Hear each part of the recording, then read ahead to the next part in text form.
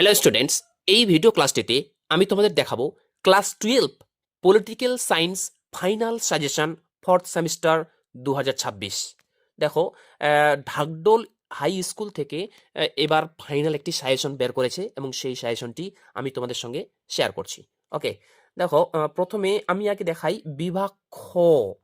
ওকে, খ বিভাগ মানে যেটাকে ইউনিট 2 প্রধান আঞ্চলিক সংস্থাসমূহ, এই যে টপিকটা আছে এই টপিক থেকে প্রথমে প্রশ্নের সাজেশনগুলো দেখে নাও। প্রত্যেকটা প্রশ্নের পাশে দেখবে স্টার মার্ক করে দেওয়া আছে। দেখো, প্রথম প্রশ্ন হচ্ছে প্রধান আঞ্চলিক সংগঠন হিসাবে ইউরোপিয়ান ইউনিয়নের তাৎপর্য মূল্যায়ন করো। আচ্ছা, পরের প্রশ্ন ইউরোপীয় ইউনিয়নের গঠন ও কার্যাবলী আলোচনা করো, এর সাফল্যের দুটি উদাহরণ দাও। ওকে, আচ্ছা, পরের প্রশ্ন দেখো এশিয়ান একটি একটি সফল সংস্থা হিসাবে বিকশিত হয়েছে তা দেখানোর জন্য চারটি কারণ উল্লেখ করো। পরের প্রশ্ন দেখো এশিয়ান কিভাবে দক্ষিণ পূর্ব এশিয়ার আঞ্চলিক সহযোগিতায় ভূমিকা পালন করে, এশিয়ানের দুটি সাফল্য ও দুটি ব্যর্থতা উল্লেখ করো। পরের প্রশ্ন সার্ক কি একটি সফল সংগঠন, মূল্যায়ন করো। আচ্ছা, পরের প্রশ্ন সার্ক গঠনের প্রধান উদ্দেশ্যগুলি ব্যাখ্যা করো। এই হয়ে গেল আমাদের ইউনিট 2 বা প্রধান আঞ্চলিক সংস্থাসমূহ এই টপিকের প্রশ্নের সাজেশন। এরপরে আমরা দেখব ইউনিট 5। দেখো, ইউনিট 5 যেটার নাম হচ্ছে ভারতে সমকালীন সুশীল সমাজের আন্দোলন, এই টপিক থেকে প্রথম প্রশ্ন নর্মদা বাঁচাও আন্দোলনের গুরুত্ব ও বৈশিষ্ট্য আলোচনা করো। এই প্রশ্নটা স্টার মার্ক করে দেওয়া আছে। পরের প্রশ্ন চিপকো আন্দোলনের প্রকৃতি ও বৈশিষ্ট্য আলোচনা করো। এবং পরের প্রশ্ন সুশীল সমাজ আন্দোলনের গুরুত্ব লেখো, এর বৈশিষ্ট্যগুলি কি কি। ওকে, আচ্ছা, পরের প্রশ্নের সাজেশন দেখো ইউনিট 6 6 নম্বর ইউনিট, যে ইউনিটটির নাম হচ্ছে সংবিধান সংশোধন এবং স্থানীয় স্বায়ত্তশাসন ব্যবস্থা। এখান থেকে পড়বে 368 নং ধারানুসারে ভারতের সংবিধান কিভাবে সংশোধন করা যেতে পারে আলোচনা করো। পরে প্রশ্ন গ্রাম পঞ্চায়েতের কাজগুলি আলোচনা করো। পরে প্রশ্ন 73তম সংবিধান সংশোধনী আইনের বৈশিষ্ট্যগুলি আলোচনা করো। এবং পরে প্রশ্ন পৌরসভার আয়ের উৎস ও কার্যাবলী আলোচনা করো।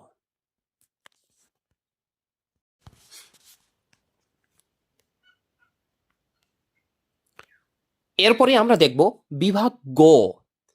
এই বিভাগ গ এর মধ্যে দেখো ইউনিট 1 প্রথম ইউনিট, যার নাম হচ্ছে আন্তর্জাতিক সম্পর্ক। এখান থেকে প্রথমে পড়বে আন্তর্জাতিক সম্পর্কের সংজ্ঞা দাও, আন্তর্জাতিক সম্পর্কের বিকাশের ধারাটি সংক্ষেপে আলোচনা করো। পরের প্রশ্নের সাজেশন আন্তর্জাতিক সম্পর্কের উদারনীতিবাদের মূল বৈশিষ্ট্যগুলি আলোচনা করো। পরের প্রশ্ন আন্তর্জাতিক সম্পর্কের তত্ত্ব হিসাবে বাস্তববাদ ও আদর্শবাদের তুলনামূলক পর্যালোচনা করো। এবং পরের প্রশ্ন আন্তর্জাতিক সম্পর্ক ও আন্তর্জাতিক রাজনীতির মধ্যে পার্থক্য উল্লেখ করো। এই হয়ে গেল আন্তর্জাতিক সম্পর্ক অর্থাৎ ইউনিট 1 থেকে প্রশ্নের সাজেশন। এবার চলে আসো পরের ইউনিট, যেটা হচ্ছে ইউনিট 3, যেটার নাম হচ্ছে বিশ্বায়ন। এই বিশ্বায়ন থেকে পড়তে হবে তোমাদের প্রশ্ন বিশ্বায়ন কিভাবে বিশ্বকে আন্তর্জাতিক ও সাংস্কৃতিক ক্ষেত্রে প্রভাবিত করেছে তা মূল্যায়ন করো। পরের প্রশ্নের সাজেশন এখান থেকে বিশ্বায়নের প্রকৃতি ও ফলাফল আলোচনা করো। পরের প্রশ্নের সাজেশন ভারতের উপর বিশ্বায়নের আন্তর্জাতিক প্রভাব আলোচনা করো। এবং পরের প্রশ্ন বিশ্বায়নের পক্ষে ও বিপক্ষে যুক্তিগুলি লেখো। ওকে, আচ্ছা, পরের প্রশ্নের সাজেশন দেখো এবার হচ্ছে ইউনিট 4, যেই টপিকটার নাম হচ্ছে ভারত সরকারের বিভিন্ন বিভাগসমূহ। এখান থেকে পড়বে ভারতের সুপ্রিম কোর্টের গঠন ও কার্যাবলী আলোচনা করো। পরের প্রশ্ন ভারতের পার্লামেন্টের ক্ষমতা ও কার্যাবলী আলোচনা করো। পরের প্রশ্ন ভারতের রাষ্ট্রপতির ক্ষমতা ও কার্যাবলী আলোচনা করো। এবং পরের প্রশ্ন মুখ্যমন্ত্রীর ক্ষমতা ও কার্যাবলী আলোচনা করো। ওকে, এবার দেখো এখান থেকে অনেক প্রশ্ন পড়তে হবে, যেমন বিভাগ ক ইউনিট 1 শর্ট কোশ্চেনের মধ্যে পড়ে 2 মার্কের মধ্যে পড়ে। প্রথম ইউনিট 1 থেকে আমি দেখাই। প্রথমে হচ্ছে উদারনীতিবাদ কাকে বলে। পরে প্রশ্ন আন্তর্জাতিক সম্পর্ক একটি অধ্যয়ন শাস্ত্র হিসাবে কিভাবে বিবর্তিত হয়। পরে ওর সঙ্গে লেখা আছে সংক্ষেপে আলোচনা করো। পরে প্রশ্ন জাতীয় ক্ষমতা বলতে কি বোঝায়। তারপর দেখো জাতীয় স্বার্থের শ্রেণীবিভাগ করো। পরে প্রশ্ন জাতীয় স্বার্থ কাকে বলে। পরে প্রশ্ন দেখো উপ আঞ্চলিক সংগঠন হিসাবে বিমস্ট্যাক এর দুটি গুরুত্বপূর্ণ অবদান লেখো। পরে প্রশ্ন ক্ষমতার যে কোনো দুটি উপাদান চিহ্নিত করো। পরে প্রশ্ন দেখো ওয়েস্ট কালিয়া শান্তি চুক্তি সম্পাদিত হয় কত সালে।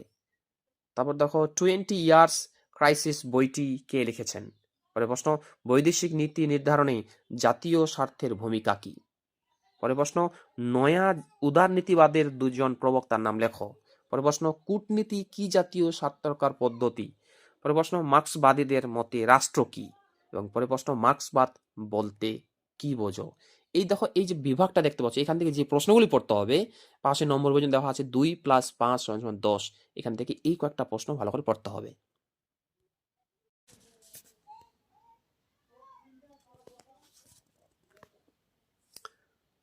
এরপরে আমরা দেখব ইউনিট 2 থেকে। ওকে, তার আগে একটা ছোট্ট রিকোয়েস্ট, ভিডিও ক্লাসটি যদি ভালো লাগে ভিডিওতে লাইক করো, এবং তোমরা যারা চ্যানেলে নতুন এরকম অধ্যায়ভিত্তিক প্রশ্ন উত্তর সাজেশন পাওয়ার জন্য আমার চ্যানেলটি সাবস্ক্রাইব করো এবং পাশের বেল আইকনটি প্রেস করে অল বোতামটি ক্লিক করে দাও পরবর্তী ভিডিও নোটিফিকেশন পাওয়ার জন্য। দেখো, ইউনিট 2 থেকে প্রথম প্রশ্ন, কেন ইউরোপীয় ইউনিয়ন একটি সফল আঞ্চলিক সংস্থা? দুটি কারণ উল্লেখ করো। পরে প্রশ্ন, সার্ক গঠনের দুটি উদ্দেশ্য উল্লেখ করো। পরে প্রশ্ন, উপ আঞ্চলিক সংগঠন হিসাবে বিসমেটিক বিসমেটিক এর দুটি গুরুত্বপূর্ণ অবদান লেখো। পরে প্রশ্ন, সার্কের যে কোনো 4টি সদস্য রাষ্ট্রের নাম লেখো। পরে প্রশ্ন, চাণক্য পরিকল্পনা কি? পরে প্রশ্ন, এশিয়ান এর সদস্যভুক্ত 4টি সদস্যের নাম লেখো। পরে প্রশ্ন, সাপটা চুক্তি কত সালে স্বাক্ষরিত হয় এবং এর পুরো কথাটি কি? ওকে, এবার দেখবো আমরা ইউনিট 4 থেকে প্রশ্ন প্রথম হচ্ছে, ভারতের প্রথম মহিলা রাষ্ট্রপতি কে ছিলেন? ভারতের প্রথম রাষ্ট্রপতি কে ছিলেন? তারপরে লোকসভায় রাষ্ট্রপতি কতজন ভারতীয় সদস্যকে মনোনীত করতে পারেন? ভারতীয় সংবিধানের 356 নং ধারায় কি বলা হয়েছে? পরেরটা দেখো, স্বাধীন বিচার বিভাগের প্রয়োজনীয়তা কি? পরে প্রশ্ন, ভারতীয় পার্লামেন্টে স্পিকারের পদ মর্যাদা গুরুত্বপূর্ণ কেন? পরে প্রশ্ন, উপভোক্তা আদালতের দুটি কাজ লেখো। এবং পরে প্রশ্ন, আমলাতন্ত্রকে কেন স্থায়ী প্রশাসনের অংশ বলা হয়? পরে প্রশ্ন, ভারতের উপরাষ্ট্রপতি কিভাবে নির্বাচিত হন?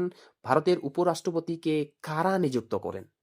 এবার পরে প্রশ্ন হচ্ছে, ভারতের প্রধানমন্ত্রীর যে কোনো দুটি ক্ষমতা উল্লেখ করো। পরে প্রশ্ন, আমলাতন্ত্রের যে কোনো দুটি কার্যাবলী উল্লেখ করো। পরে প্রশ্ন, অর্থবিলকে রাজ্যসভা আটকে রাখতে পারে কতদিন? রাজ্যসভার সদস্যের কার্যকালের মেয়াদ কত? পরে প্রশ্ন, পার্লামেন্ট একটি ক্রীড়ক মাত্র, এই কথা কে বলেছেন? রাজ্যসভার সর্বাধিক সদস্য সংখ্যা কতজন? পরে প্রশ্ন, আমলাতন্ত্রের প্রধান কাজ কি? পরে প্রশ্ন, লোকসভার প্রথম স্পিকার কে ছিলেন? স্পিকার কোন অধিবেশনে সভাপতিত্ব করেন? এবং পরে প্রশ্ন দেখো, লোক আদালত প্রথম কোথায় এবং কবে স্থাপিত হয়? এরপরে আমরা দেখব ইউনিট 5 থেকে। হ্যাঁ, তখন কি লেখা আছে, দেখাও কিভাবে চিপকো আন্দোলন একটি নারী আন্দোলন। পরে প্রশ্ন, চিপকো আন্দোলনের দুটি বৈশিষ্ট্য আলোচনা করো। পরে প্রশ্ন, কে নর্মদা বাঁচাও আন্দোলনের নেতৃত্ব দেন এবং কেন? পরে প্রশ্ন, তুমি কি মনে করো যে এলজিবিটি অধিকারগুলি গুরুত্বপূর্ণ, কেন? এরপর আমরা দেখব ইউনিট 6 মানে 6 নাম্বার ইউনিট থেকে যে প্রশ্নগুলি পড়তে হবে। এবার দেখো, পঞ্চায়েত ব্যবস্থায় মহিলাদের জন্য কত আসন সংরক্ষিত থাকে? গ্রাম পঞ্চায়েতের প্রধান কর্মকর্তা কে? তারপর দেখো, পঞ্চায়েত বলতে কি বোঝো? গ্রামসভা কাদের নিয়ে গঠিত হয়? পরের প্রশ্ন হচ্ছে, পঞ্চায়েত সমিতি কাদের নিয়ে গঠিত হয়? পরের প্রশ্ন, পঞ্চায়েত সমিতির কার্যনির্বাহী আধিকারিক কে? পরের প্রশ্ন দেখো, জেলা পরিষদের দুটি প্রধান আয়ের উৎস লেখো। পরের প্রশ্ন, জেলা পরিষদের যে কোনো দুটি স্থায়ী সমিতির উল্লেখ করো। পরের প্রশ্ন হচ্ছে, জেলা পরিষদের দুটি কাজ লেখো। এবং পরের প্রশ্ন, পশ্চিমবঙ্গের পৌরসভার দুটি কাজ লেখো। পরের প্রশ্ন দেখো, গ্রাম সংসদের প্রধান কাজ কি? পরের প্রশ্ন, গ্রাম সংসদ কাদের নিয়ে গঠিত হয়? পরের প্রশ্ন, প্রতিটি গ্রাম পঞ্চায়েতের সাধারণ কার্যকালের মেয়াদ কত বছর? পরের প্রশ্ন, গ্রাম পঞ্চায়েতের প্রধান সভা আহ্বান করেন কে? পরের প্রশ্ন, ৭৪তম সংশোধনী আইনের দুটি বৈশিষ্ট্য আলোচনা করো। পরের প্রশ্ন, ৩৬৮ নং ধারা অনুযায়ী কোন দুটি পৃথক পদ্ধতিতে সংশোধন করা যায়? পরের প্রশ্ন, পঞ্চায়েত সংস্থায় সদস্যদের কার্যকালের মেয়াদ কত বছর? পঞ্চায়েত সমিতির প্রশাসনিক প্রধান কে? পরের প্রশ্ন, পঞ্চায়েত গঠিত হয় কতজন সদস্য নিয়ে গঠিত হয়? পশ্চিমবঙ্গে কি বৈধ পঞ্চায়েত আছে? এই হয়ে গেল উচ্চ মাধ্যমিক রাষ্ট্রবিজ্ঞান 4th সেমিস্টারের জন্য বা 4th সেমিস্টারের জন্য 2026 সালের জন্য ফাইনাল সাজেশন। আশা করি এই প্রশ্নটা পড়ে গেলেই তোমরা এখান থেকে কমন পেয়ে যাবে। এবার চলে আসো এটার যদি তোমরা পিডিএফ কেউ নিতে চাও তাহলে আমি এইটা হচ্ছে টেলিগ্রাম চ্যানেলে দিয়ে রাখছি, সেখান থেকে তোমরা এই নোটগুলি কালেক্ট করে নিয়ে নিবে এবং টেলিগ্রাম চ্যানেলের লিঙ্ক এই ভিডিও ডেসক্রিপশনে দেওয়া আছে, সেখান থেকে নিয়ে নিবে।